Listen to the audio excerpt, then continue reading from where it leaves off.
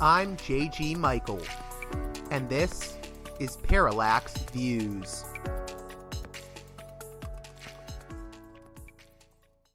Hey there, Parallax Views listeners. Before we begin this edition of the show, I'd like to remind you that I need your support on Patreon at patreon.com/parallaxviews. One more time, that's patreon.com/parallaxviews.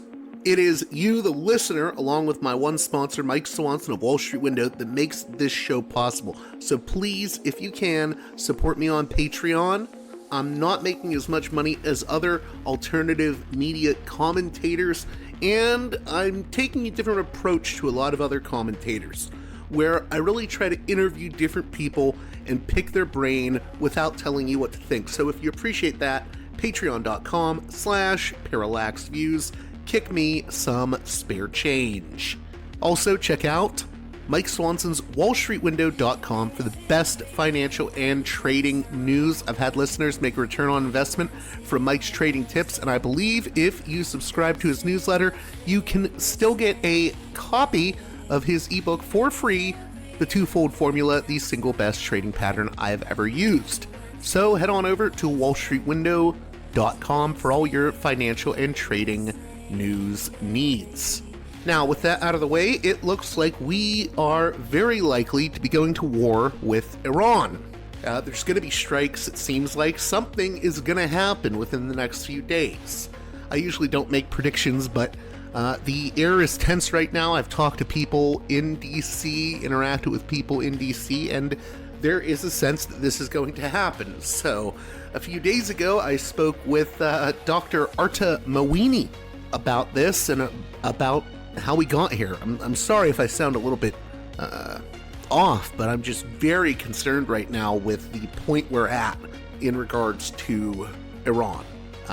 Anyways, Dr. Arta Moeini of the Institute for Peace and Diplomacy, an international relations expert, joined me pretty impromptu to discuss how we got to this point with Iran and his views on why this will be a disaster for the American people, for Iran, even for Israel, and of course for the Trump presidency. This conversation was pretty impromptu, and there were some tech issues that had to be worked out, but I think it's a conversation worth listening to. So without any further ado, let's get right to it with Dr. Arta Moeini of the Institute for Peace and Diplomacy.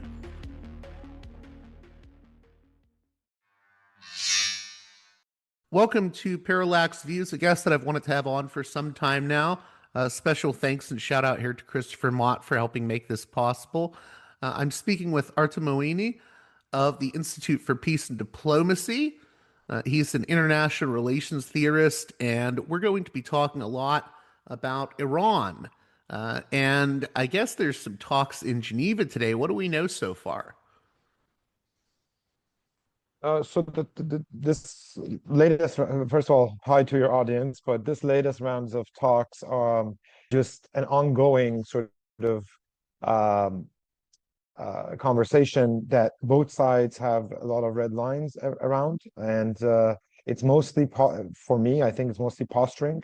I don't see necessarily something coming out of it, but if your audience remembers, back before the 12-day war in June, there were negotiations and nuclear talks before Iran was attacked by Israel, and the war started. So those negotiations were frozen amid the ceasefire. So the recent pressure and ramping of the pressure on Iran sort of brought back these negotiations from the dead.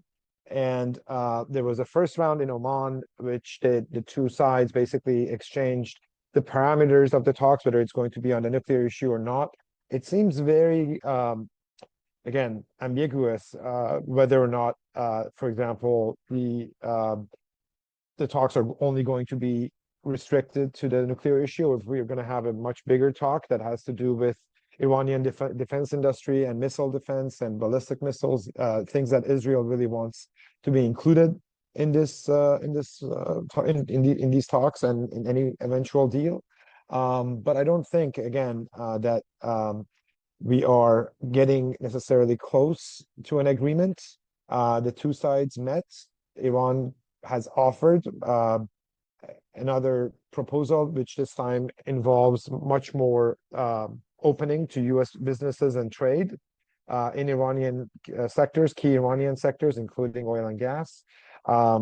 But again, I feel like the distance between the two sides on their red lines is very very big, especially because Iran has made it clear that it will not negotiate on things that it finds ultimately fundamental to its sovereignty, including missile defense and its rights to enrichment. So Iran is willing, according to reports, to pause its enrichment, and the enrichment is not ongoing at the moment. But now the U.S. side is asking for the full dismantlement of the Iranian nuclear program, which is basically all of the enrichment facilities, capability, and that's not something that I see Iran accepting. So I think we are on a unfortunate path to confrontation. I wanted to talk a little bit here about the approach to these talks and whether different parties would like to see different approaches. What I mean by that is I know that Turkey's foreign minister a week ago was saying that the best way that the U.S. should approach the talks is to focus on one issue at a time, be very incremental, focus on the nuclear deal, don't make a comprehensive package. Now, I think Israel probably has an issue with that. I think Israel wants like a sort of comprehensive package with this. So, can you talk a little bit about how Israel plays into all of this? Of course, the Iranian nuclear issue, from a realist perspective, has very little to do with American security. America wants Iran to have a deal with it so that it can sort of stabilize the situation for the Middle East and Israel. So Israel has always sort of, and this has happened over a number of years, it has raised, moved the goalposts. So the very idea, of the zero nuclear enrichment, was introduced rather recently. Donald Trump signaled that he's willing to, that all he wants is for Iran not to have nuclear weapons. And Iran, especially under Khamenei's viewpoints and the experience of Iran-Iraq war, has had a red line for a long time, despite many hardliners and realists in the Islamic Republic wanting a militarized nuclear program. He has declared a fatwa years back that has basically legally, morally, religiously, in Iran is all combined, basically prevented Iran or forbid Iran from developing nuclear weapons or any weaponized aspects of the program. So, so Iran and the United States could actually talk about the fact of what would a credible, verifiable deal that doesn't have nuclear weapons look like, and Iran is willing to do that for the removal of sanctions. And it's even willing to kind of sweeten the pot by allowing the United States to be back in Iranian economy, something that hasn't happened for basically decades, 45 years at least, 47 if you want to go back to the revolution.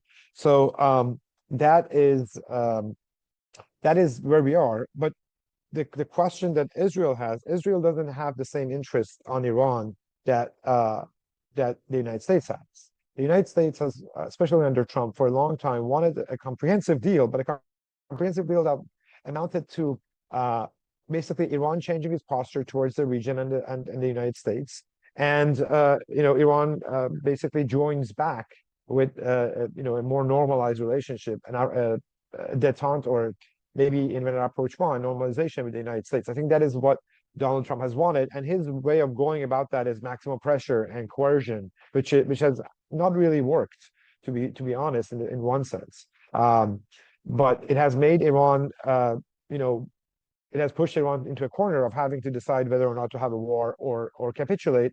And this is the thing: when you push too hard, again, the diplomacy becomes kind of problematic in the sense that it becomes more of posturing rather than real opening. From Israeli perspective, this is an altogether different question. It's a question of Iran historically being a regional power and Israel wanting to be the regional power. I don't think this is a matter of intent. I think the Israeli doctrine, security doctrine, for good or ill, has changed after October 7th. Israel no longer looks at just what is, how can we have necessarily a relationship or talk to someone that doesn't want to destroy us, but actually capability itself is the problem. So any country that has the capability to be a threat somewhere down the line is an issue. And so they take the Iranian rhetoric also very seriously because it helps their power projection in the region. So from an Israeli perspective, weakening Iran as an entity, as a country, has always, it's not always in the sense of all of the Israeli history, but has since Netanyahu came to office and over the past 2 decades has become the Israeli sort of model. And they have been trying to get the United States involved in their own wars one way or another to use this opportunity where the relationship between Israel and the United States is still very close, to change the security architecture of the Middle East, the power dynamic of the Middle East. And Israel right now, again, this is their analysis, believes that Iran is at its weakest point and it's ready for picking. Again, the question that the Trump administration has is whether or not that's something that they actually want to do, because they are in fact worried about other allies in the region that don't want the chaos that comes from a regime collapse, for example, or a Syrianized situation, or a civil war, like all the things that happen when you get rid of a central government or a central government collapses. Iran is a huge country, 93 million people, sits in the middle of the Middle East, oil reserves, and many other things. So this is the worst case scenario for everybody. And my analysis is that the Trump administration is very aware of this, and that's why they're trying their best to try to contain this. But again, war, if once it starts, it can get out of hand and get out of your control. And the last thing I would say on this is some people believe that, well, we had this war once, nothing really happened. All the realists who were talking about doom and gloom were proven wrong. This is the most sort of like hawkish position that some like Max Abrams and others say, realists were wrong because the war didn't go out of hand. Well, that's not the case, because the 12-day war, Iran had a very different calculation about what that meant.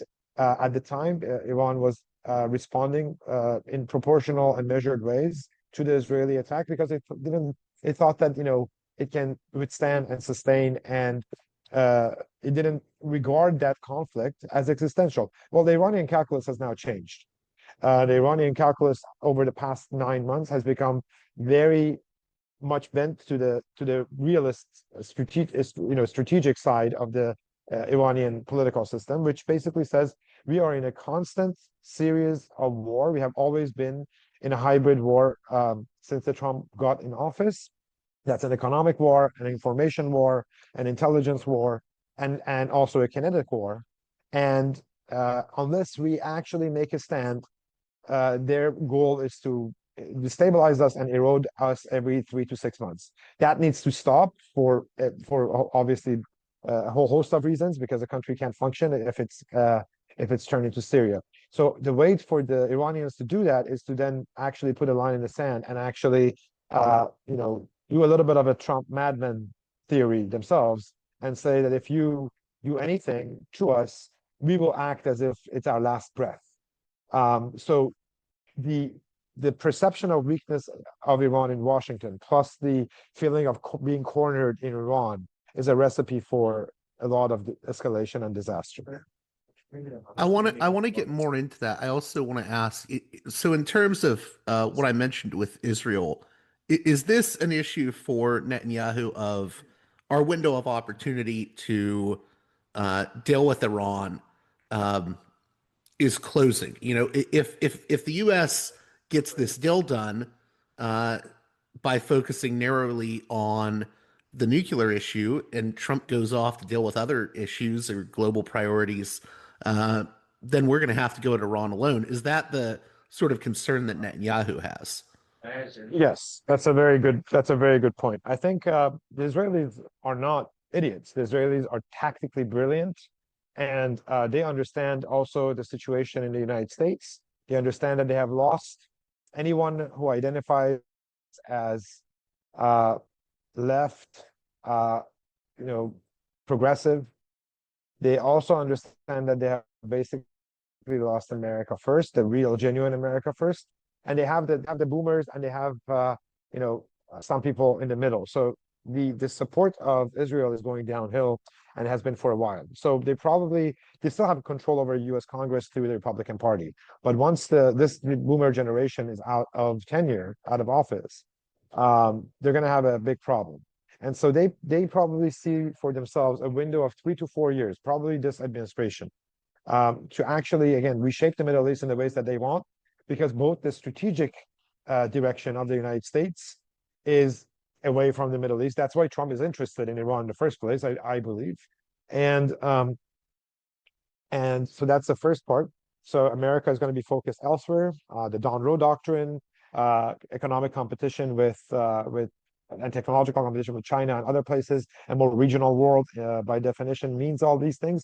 So why not piggyback on American power while we can, use it as much as we can, pound all of the enemies that we have, get rid of, weaken them as much as possible, and put ourselves in a very good strategic position moving forward. Come to 2028. Israel will be the regional hegemon in waiting. All the other countries are weakened, which is why they're already starting to talk about Turkey. Now, Turkey is the whole story because, first of all, it has historically have had territorial claims and imperial position in the Eastern Mediterranean, but also it is a member of NATO. So it's a very different situation. So every time, what Israel doesn't understand is that this kind of projection of strength by weakening others can only go so far as long as America is there. Because again, you need to find a way to act like a normal country in a region and get along with your neighbors. If you don't, you're going to pay the price over time. Netanyahu is not interested in that. He has personal reasons for not being interested in that. He has hawkish reasons for not being interested in that. He has an ideological reason for not being interested in that. But I think I've said this for a long time. I think Israel needs to act more in a pragmatic, realist way, rather in a sort of a force first way, projection first way. So, Now, in terms of Iran, can you speak to how we got here? Because how did we go from, the Obama era where we had the JCPOA to Trump getting rid of it and everything that has come since? I mean, what's your analysis of how we've reached this point where there's a constant fear that this could escalate into a war or a military intervention? how did we get here from 47 years ago, or how did we get here under Trump? How Because did those we are get two here? different. I was thinking under Trump, but So again, I think Donald Trump came into office with a very different understanding of what U.S. interest is, but also having a sense of like we need to project strength, and if we show the might of the U.S. military, we're going to get others to do basically what we want. But he also knows that there are limits to that, so he's willing to, for example, entertain China, entertain Russia, but if you're weak, he will pound you. Because that's an opportunity to show the sort of the might of the American empire. At the same time, I think Donald Trump has long had a different view of the Middle East. He wants Iran and Israel to get along, so that he can, as I mentioned, so that he can so that America doesn't have to be so involved in the Middle East. He doesn't want to be involved in the Middle East. His instinct is to draw down U.S. troops. We just had troops withdraw from Syria. We have had we basically are in the process of drawing down from Iraq. Our relationship with Iraq is now in kind of a limbo with Nouri al-Maliki in line to be the prime minister, and so it's a feeling of we don't really get much from the Middle East, and at the same time we need the Middle East to be stable. And the reason it's not is because of the Israel Palestine issue, which he has created the board of peace around it, and the Iran-Israel conflict. So how do I solve the Iran-Israel conflict? Now, again, the instinct of Donald Trump is to make a deal, but then the Iranians are also an ideological state which don't want the sort of the very premise of the JCPOA was that we make this deal which completely deconflicts us and puts us on a path to perhaps lowering tensions and doing business at some point. But that doesn't mean we have to normalize now. That doesn't mean we have to change all of our posture in the Middle East, all of that stuff. So it's very incremental, step by step, but perhaps even too much for Iran's own benefit at the time. And that posture, which is basically the strategic posture of Iran under Khamenei, the second supreme leader of Iran, has long sustained itself. Khamenei has basically sees himself as having inherited the revolution from the revolution's founder, and sees himself as in a very sort of mix of Islamist and leftist ideology, as resisting the global hegemony of the ones who basically will force their way and are imperial powers and want to colonize you, basically. And so his entire philosophy has been, we will resist. And so, but that is an ideological also posture that he believes that ultimately, if we resist long and hard, and then at some point we will be victorious. And I want to make sure that these principles of the revolution, these ideals of the revolution of resistance, will go to the next generation when I die or I'm martyred. So it's a very kind of ideological, even theological view of the conflict. On top of that, though, there are Iranian national interests, such as the nuclear issue. Like, Iran needs to have a nuclear power to compete with, other middle powers, regional powers, countries that it considers, it's equal in weight. And Iran wants to have, and largely has developed, an endogenous missile program technology in lieu of, or instead of, or because of the sanctions not allowing it to have a modern air force, right? So, so there is a national interest that really does not change much, even if you change the regime. Then there is the ideological framing of the sort of world history that justifies, in Khamenei's mind, the Iranian revolution and his own position. And so he conflates the two, which means that to defend Iranian national interests, we should not back down on our revolutionary principles. And for him, America has shown itself to be a bad faith actor, such as Trump ripping up the JCPOA. So the same way that the Americans and the Israelis say, well, there is no credibility on the Iranian side on the nuclear issue, they say openly that the Iranians lie. The same thing is happening on the other side when they say that the Americans cannot be trusted, and they lie, or they just want our destruction. So we have we have two worldviews that just cannot gel. At the same time, Trump is not has proven himself to be less ideological than any other recent U.S. president. Because he's a transactionalist. He believes that if you pressure them and bloody them and put them in a corner and then offer them gold or offer them a good economic deal, basically he sees his enemies as he would act himself, right? Economic benefit, material benefit is a good thing. So why wouldn't they take it and come out of the sanctions? And all they have to do is to, give up certain things that we don't want him. But again, he doesn't, or the Trump administration in general does not understand not just the role of ideology, but the idea of sort of Iranian national dignity, and what that Iran has struggled, did a revolution to get a feel that it can also do things and reach technological advancements in key areas. So it doesn't have to be dependent on U.S. largesse.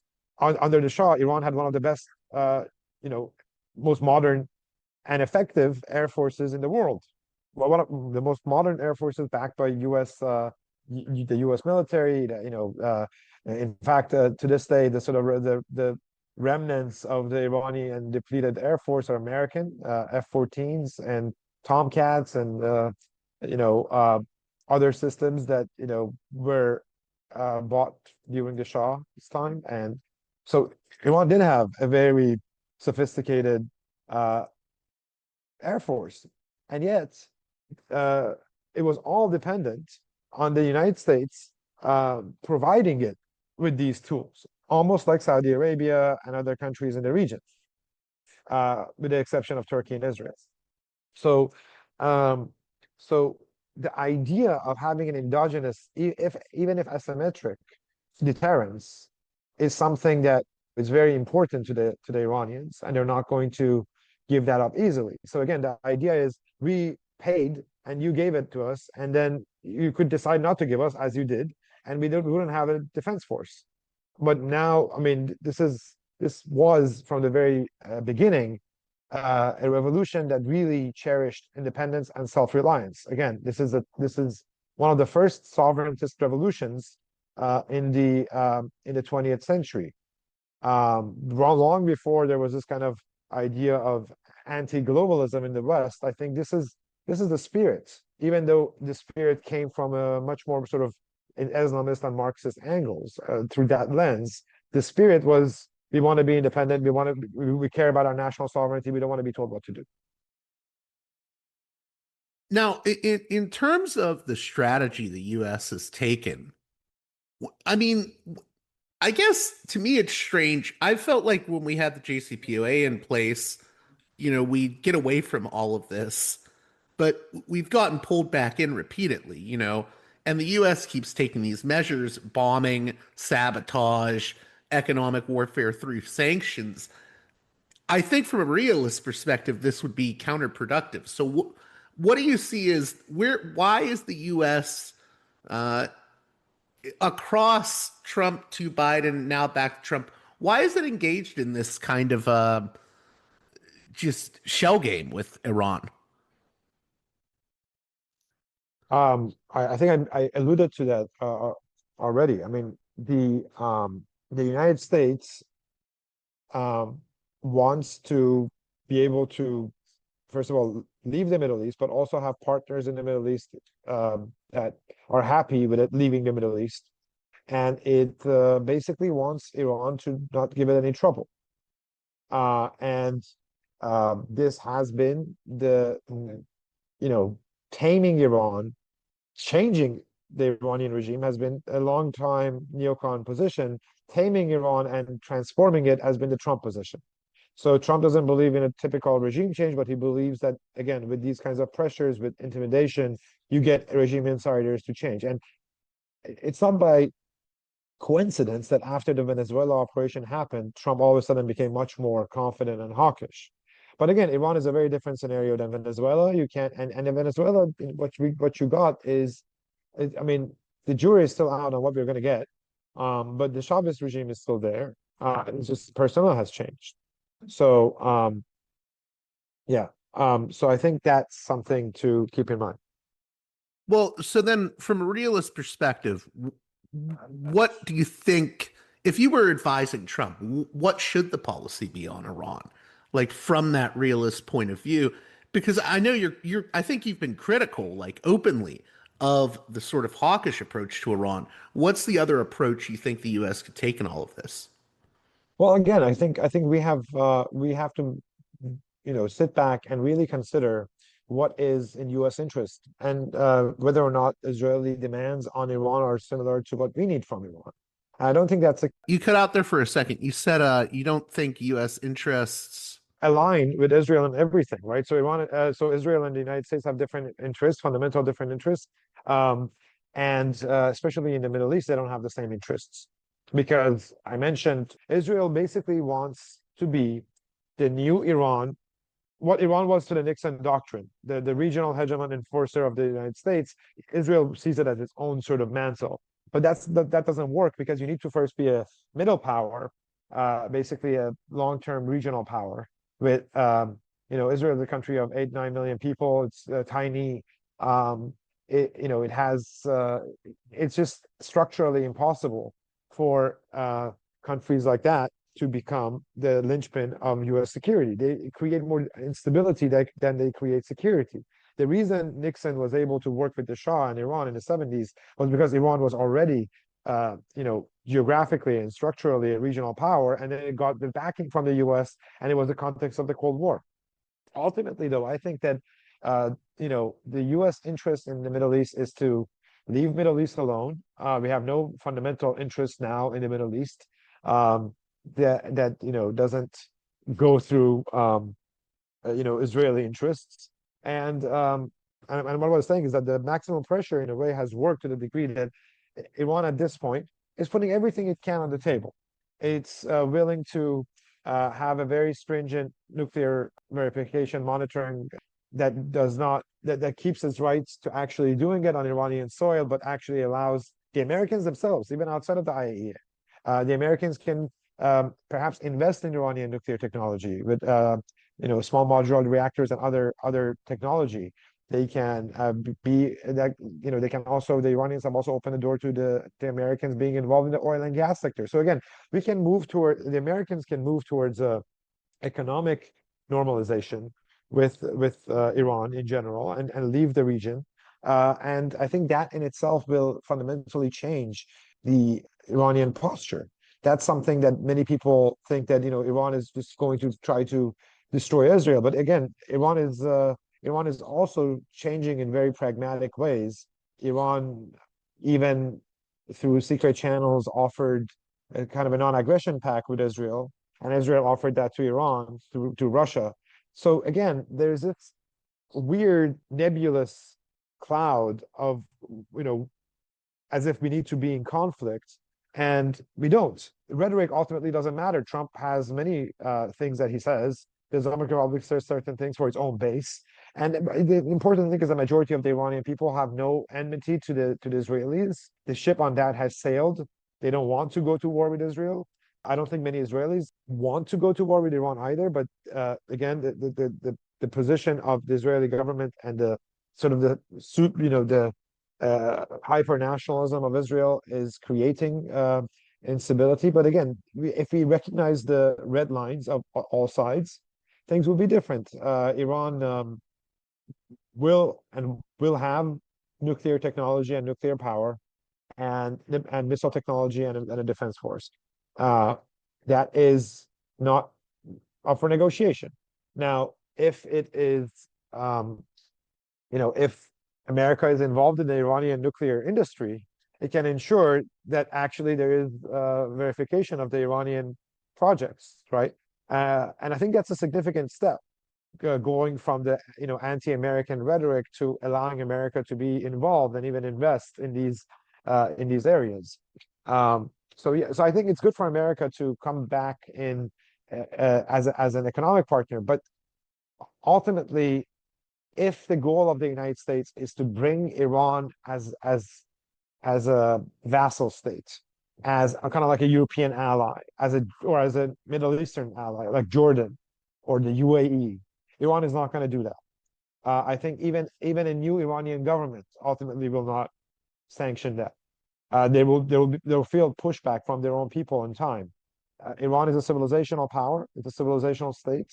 It does not want to be part of any blocks. It would like to balance all of this.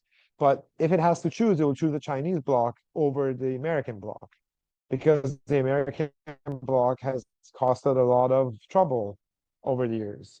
Going back to 1953, where it betrayed Prime Minister Mossadegh, who actually came to America to get American support versus the British imperial position, and thought that recall the time. I mean, Eisenhower was the president that actually shifted the balance of power from Europe to America in those crises, with not going to the backing of the French, Israelis, and the British, but actually switching the game on them.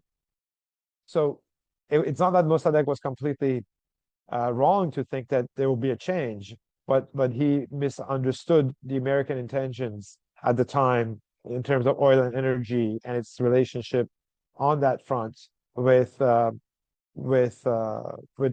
Europeans, with the Brits. So we have a situation today in which it is possible for Iran and America to reestablish economic relations. Um, and that in itself will actually create um, a force for change in Iran, not through the moderates who wanted to open up Iran politically, but I think through the more pragmatic, security-based people who actually who don't mind trading with anyone, who understand that they need to be integrated in certain systems. They would want to perhaps do their economic trading with the US, yet be part of the Chinese security bloc as well. So basically a multi-aligned, Iran is open for business with everybody kind of position. And I think that's good for the United States. And it's ultimately, in the long run, it will create the conditions for normalization between Iran and Israel. That might sound very far-fetched today when we are probably weeks from war, but I think if I were advising the Trump administration, I would urge it to go a different direction on this question, just because the conditions of regime change are not realizable, are not achievable. Iran, chaos in Iran would be detrimental to U.S. interests in a way that I don't think that even this administration, who has tried to game it out, appreciates. And it is, ultimately in the Iranian interest as well, in the Iranian national interest, to deal with the United States. And I think if a deal were to be reached, again, it will shake the foundations, because the only person that can actually deliver this deal is Donald Trump in America. We saw what happened with Obama. So Iran also has a historic opportunity with Donald Trump to get a deal done. But Khamenei has always been very intransigent, but also, he sees Trump, beneath him in any negotiation. But at the same time, you have the situation in which Donald Trump is the one that can actually deliver you out of a crisis and sell it to the Republican Party, because what he says goes with the Republican Party. So again, we will have to see. But I think we are now sort of like speculating. Ultimately, the trajectories that I see, the inability of the Iranian decision apparatus, with Khamenei at the helm, to Can you repeat that real quick? ultimately Because you broke up for just a second. the inability of the Iranian decision apparatus, the basically high-ranking policy making, this grand strategy, which is set by Khamenei, to say, you know what, we can actually do a kind of move towards make a grand bargain with the United States that basically says we no longer want to be your enemy. You don't be our enemy. We don't want to be. We will sort of do a non-aggression pact with Israel today, but we will keep our missile defense. We will keep our nuclear rights, and you, as in America, can itself become an investor program, in the sense that it can invest and be a part of it, as well as some other key sectors, and that would mean that it can ultimately have the best kind of monitoring and verification, which is its own involvement. I think that's a big step. I think if Iran put that fundamental change in its direction to U.S. and Israeli policy on the table. So the main question is that, if America is involved in the Iranian nuclear program, if it's an investor, if it's a partner, it will have the best kind of mechanism for verification and monitoring. And that's a big step from the Iranians. The question is if they can also put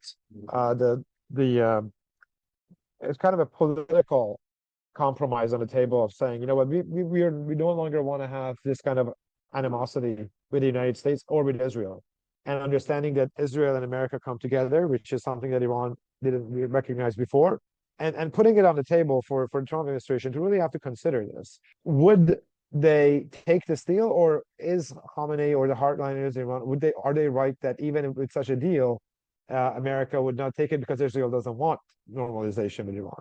But my point is that in diplomacy, you try to put your best offer and then put the ball in the other person's courts and show that. Again, if America, under Israeli duress, says no to such a to such a deal, which is basically a complete transformation of Iranian regional posture, basically sacrificing the Israeli policy, its Israeli policy and the proxy policy for the sake of economic sort of freedom out of the sanctions and its nuclear program. So you gain what you practically need in terms of capability, but you give up the sort of the rhetoric and the support for the kind of forward presence, forward defense that you have used as deterrence for a long time. So if they do that, then then the ball will be in the court of the U.S. administration.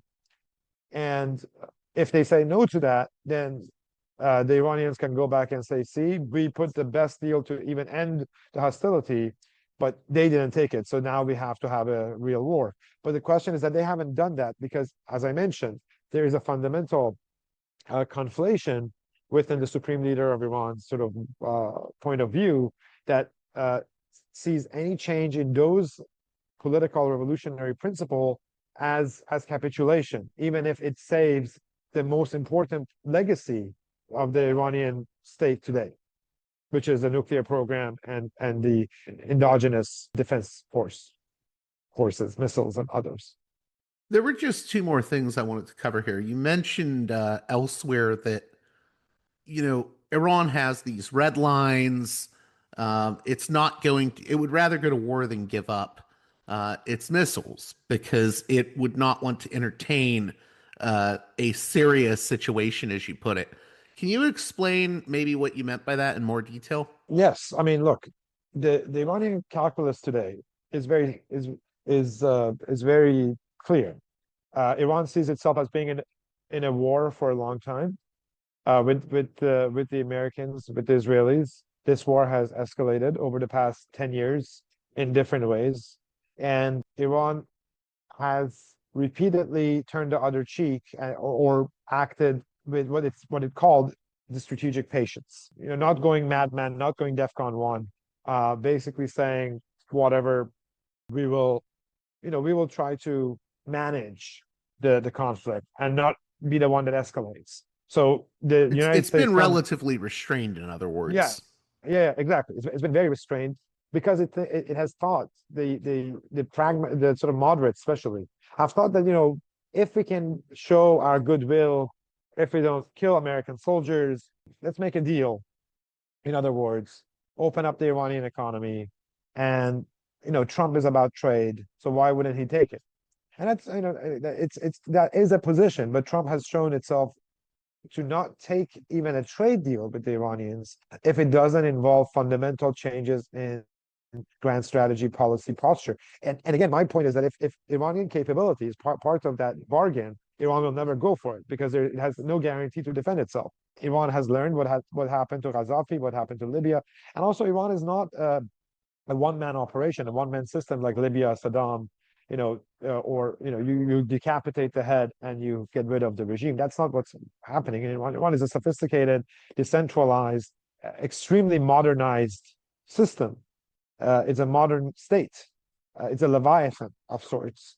And it now has the increasing technological capabilities and capacities that all modern states have: surveillance, monitoring, its own population. And it's willing to clamp down and crack down on its own population to make sure that it can control the situation.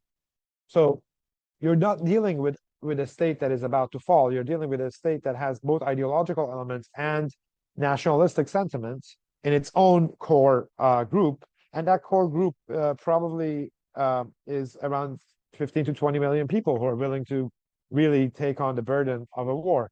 So I don't see how a war can be in anyone's benefit. Again, from Khamenei's perspective, from the Iranian leadership perspective, they're already at a war. The ceasefire was only a pause in conflict. They have been basically at least parts of the regime has bet that the war is going to come back. And it actually, this time, I feel like the signal that I see is that they are actually, in a way, relieved by it at this point, which is kind of like, there's a Persian saying that says, "Die once, mourn once." Basically, it's the end of the road. Let us do this, do war, show our resilience, really raise the cost on the Americans, including targeting American bases, American soldiers, American assets, and its allies in the region, Israel and others, perhaps the UAE and other countries. Jordan, for sure, the US base in Jordan that just got 18 more F-35s deployed. So we don't have to win the conflict. If we raise the cost on this administration, we will ultimately have staying power because we are in the region, they're not. Which is basically ultimately what any realist knows, which is Iran now sees this conflict as existential. So the way that it will deal with it will be very different than the 12-day war. You mentioned there that it's a very modernized state, and I was wondering if you could expand on that because I wanted to push back on people's ideas that you can just describe the Islamic Republic as, we always hear the Mark Levin sort of line, oh, the mad mullahs, the mad mullahs. I want you to push back on that. Where do you think people are misunderstanding Iran? So, first of all, there's the people of Iran and then there's the state of Iran. When I say modernized, I was talking about the state of Iran being basically a kind of a semi-totalitarian regime, which has all the tools of control that a modern state has. That's one thing. So it takes a lot of pride in its missile technologies and its nuclear technologies and its sort of domestic centrifuges. I mean, again, the Iranians have created their own, basically because of the sanctions, they have created basically their own versions of everything. They have their own versions of Netflix, their own versions of Uber, their own versions of cyber technology. So it's partly that. But then it's also the people of Iran, which over the past decades have become more and more westernized on their connections with, on their Instagram and also the campaign that Israel through, its channels has ran on Iran to really propagandize the Iranian population. So both the fact that Iran is the population is much more open to the world than any, I think, other people in the Middle East. The majority of the Iranian people are secular.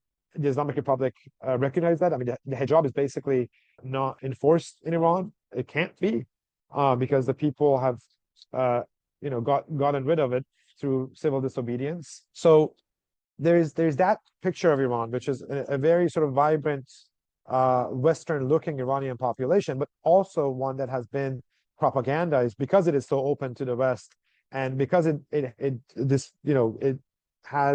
feels a huge schism with its own government, with the Iranian state, with Khamenei himself, right?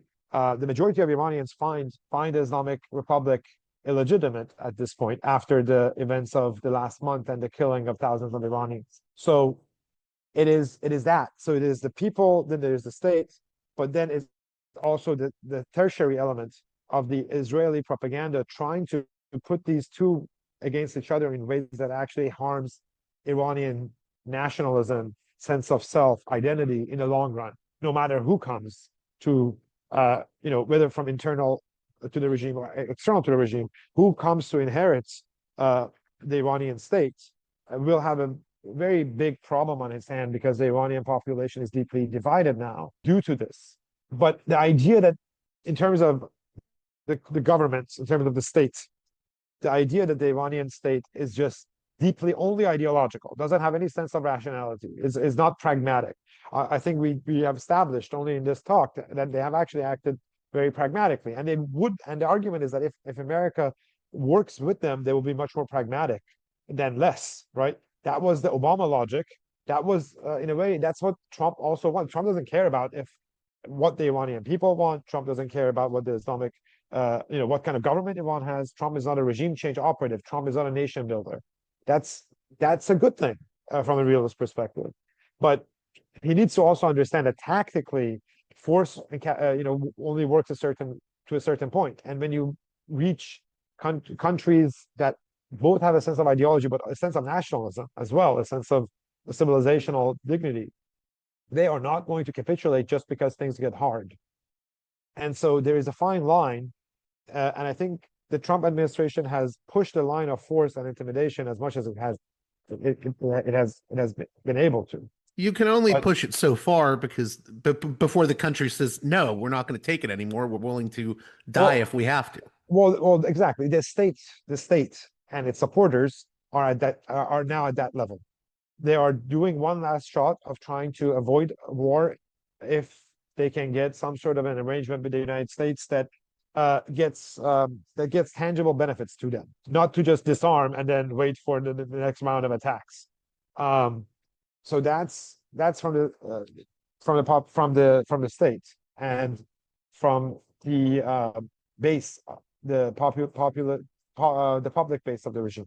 Now, but what I mentioned to you is also that during the 12-day war, the Israelis had banked that their propaganda against Iran, they can reap its benefits by having the Iranians all of a sudden coming out and putting an extra lever of pressure on the government by trying to change the government while the war is going on. Well, obviously that didn't happen because in normal circumstances, people, even if they despise their governments, even people in the U.S. that don't like Trump or despise Trump and call him all sorts of names, if there's a war and there is a bombardment of cities, will rally around the president. This is the And you're saying this would happen in Iran as well. There's a rally around the flag. Rally around the flag, putting country first. That happened during the 12-day war. But the past 6 to 9 months, the Israelis have doubled down on trying to distance the population from any sort of, again, putting the country first by saying that the country is the Islamic Republic and the Islamic Republic is not the country. So that sort of false logic around what the state is and what the country is, which are just two separate things. And in times of crisis, you get a very different kind of situation. That has been the goal, to create a new condition. So this time when they attack, there will be more of a fissure domestically, publicly, socially in Iran.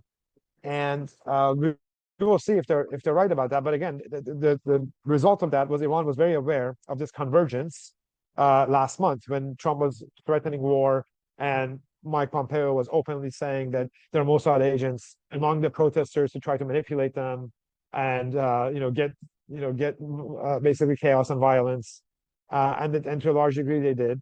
And the Iranian response, the brutal Iranian crackdown, was to kill with no distinction as to who is Mossad, who is not, and thousands of Iranians, at least 8,000 have died, according to HRNA, which tracks these things, and that's the largest massacre of Iranians in the 20th century by their own government, effectively. So that kind of event has become then the watershed moment of a dividing line between the people and the state. So again, that kind of a securitized environment created the conditions for this kind of brutal crackdown, because the Iranians in charge were basically saying, this is it. They might attack at any moment. We can't have people on the street. We can't have the Israeli scenario. And whoever dies in this will be a martyr in the cause of the state, the government, Iran or the revolution, whichever one you want to put it. So that was a huge toll and for the Iranian public to bear. So again, we will see what's going to happen this time around. But again, the goal is the Iranian demands from their government, the changes that they want and what Israel wants are two different things. And all Israel wanted was to make sure that this kind of lasting schism exists, so that the next time that they attack, which they assume to be in a matter of weeks, people don't rally. We will see, because once the bombs start flying, if the Iranian state continues to be resilient, as many realists think that they will be, this war will escalate to a degree. And then once the war actually happens, then I don't see how people don't rally around the country, even if they despise their leadership. Real quick, and I know you have to get going, but in closing, one thing that I've had to deal with throughout the past 9 months especially is hearing these, I'll just say, what they are, which is neocons, neoconservatives, warmongers going on about, we need to attack Iran. I saw one of them today going on, a prominent neoconservative commentator saying, oh, all these realists are just isolationists. And then he called them diplomacy mongers, which is such a weird term to me. They call us warmongers. Well, the realists are diplomacy mongers. And I just think these people are really blasé about what a war could do and the direction it could go. Can you comment real quickly on how disastrous this could really get? Course, I mean, first of all, these people are very Orwellian. They use the specter of war as a means of control that goes back to that goes back to the initial sort of neoconservative model was that we could by these wars, by this kind of projection of force, we will actually domesticate the population. That's the way, right, to make sure that we have national cohesion, because we can't have national cohesion absence of an actual war. That's how their mind works. This is how they want to fill the voids of nihilism in the American psyche by giving it more wars to fight. But again, as Orwell said, different wars mean they're opposite now. So diplomacy means war, and the bad term, and war means a good thing. It's for human rights and good ideas. So I mean, I think that's who we are dealing with. They love this newspeak, and they think that they can change the perceptions they have. They believe that they have already changed the perception in Iran. They have basically successfully asked many portions of the Iranian population to be so confused as to believe that demand let's just have the American bombing, maybe things will be better for us. But Donald Trump is not a neocon. I have to say this. Donald Trump uses neocons for his own purposes. He used John Bolton. He's using Lindsey Graham. But he's not going to go and put troops on the ground and change any country's government. He is also not a believer in these like liberal internationalist ideas like human rights and debunked ideas like responsibility to protect that the neocons and liberal internationalists use to justify their previous wars. So the breath of fresh air from Trump is that he is very open. He wants Iran to be part of the US-led bloc, and the Iranian oil to also start being shipped to American allies and America itself, and be used as leverage against China and all of that. So he's willing to use force to try to get the Iranians to capitulate. But my fear is that this time you'll get a regional war, thousands of US deaths, hundreds, if not thousands, depending on how long this whole thing goes. You can get huge blows to international trade, to oil and gas trade, the Strait of Hormuz, maritime trade in the region. Again, and it could be a path to a sort of a long-term sort of quagmire in which America and the Trump administration can't actually escape from, can't recuse themselves anymore once they're in, right? So it's a very problematic situation to be in. And again, there is no concrete American interest that is served by going to this war and starting this regional war. The only country it serves is Israel. It doesn't serve Iran. It doesn't serve the Iranian people. It doesn't serve America or American people. And ultimately, it doesn't even serve Israel. It only serves a very hawkish, ideological Netanyahu government, which wants to create whatever conditions to weaken any country that has resilience and staying power in the region, even if it, changes its posture towards Israel and becomes neutral. Not to interrupt you, but do you think Yeah. it's, I was a bit more worried last week about the potential for war. This week, I don't know. I'm trying to hope that the talks go well. Where, in closing, where do you stand on that? I mean, are you more hopeful or less hopeful now? No, I'm not hopeful Okay. very much. I'm very cynical about these talks. I think the talks are a way for both sides to buy some time and do their inevitable war. They have done so much saber rattling. They have been hawkish for too long that they both think that maybe they just have to show where they are, these questions, and settle the conflict one way or another. So again, ultimately, the biggest issue is the perception of absolute weakness about Iran in Washington, and the Iranian willingness to even go to war to change that perception so that they can actually achieve renewed stability. That is the question. And I think the Americans, because they believe that Iran is weak, they think that ultimately Iran will have to back down. And I don't see them backing down. How can my listeners keep up with the work you're doing? And I want to thank you for coming on the show. Of course, they can, go on our website, peacediplomacy.org. That's where we put a lot of our own analysis. I run a sort of a digital magazine called Agon, which looks at more sort of philosophical dimensions of these questions, and sort of why cognitively we get to where we are from a tragic realist perspective and a cultural realist perspective. And ultimately, they can follow me on Twitter at Arta, Arta Moeini, Moeini.com. Or sorry, at Arta Moeini, Arta Moeini. So that's the Twitter handle, X handle. A special thanks to my $10 and above tier supporters on Patreon, who make this show possible with their generous donations.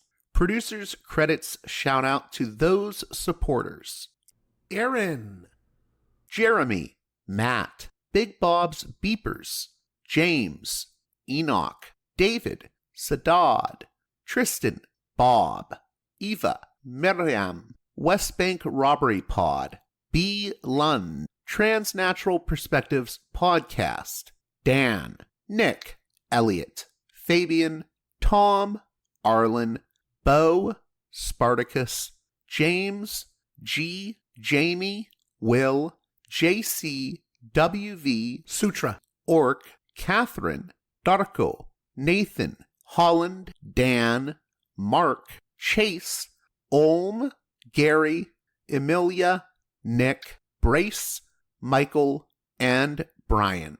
Please join those listeners in supporting me at the $10 and above tier of my Patreon page, patreon.com/Parallax Views, if you'd like your very own producer's credit on each and every edition of the program. Until next time, you've been listening to Parallax Views with Parallax Views to Parallax Views with Parallax Views.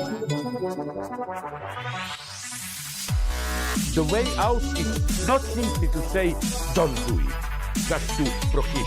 It's nothing else. If we don't do it, others will be doing it like crazy. So, we have to confront the problem. But no, basically, I know of the great anxieties, problems, new forms of control, but it's also new forms of freedom. This is why I always emphasize that internet and all this new digital stuff, it's a very ambiguous phenomenon, but it's the field of struggle. New forms of enslavement, but at the same time, new incredible forms of freedom. We have to accept the fight with no nostalgia for old, allegedly more authentic communities or whatever. I'm not afraid. I'm not afraid. I'm not afraid. I'm not afraid.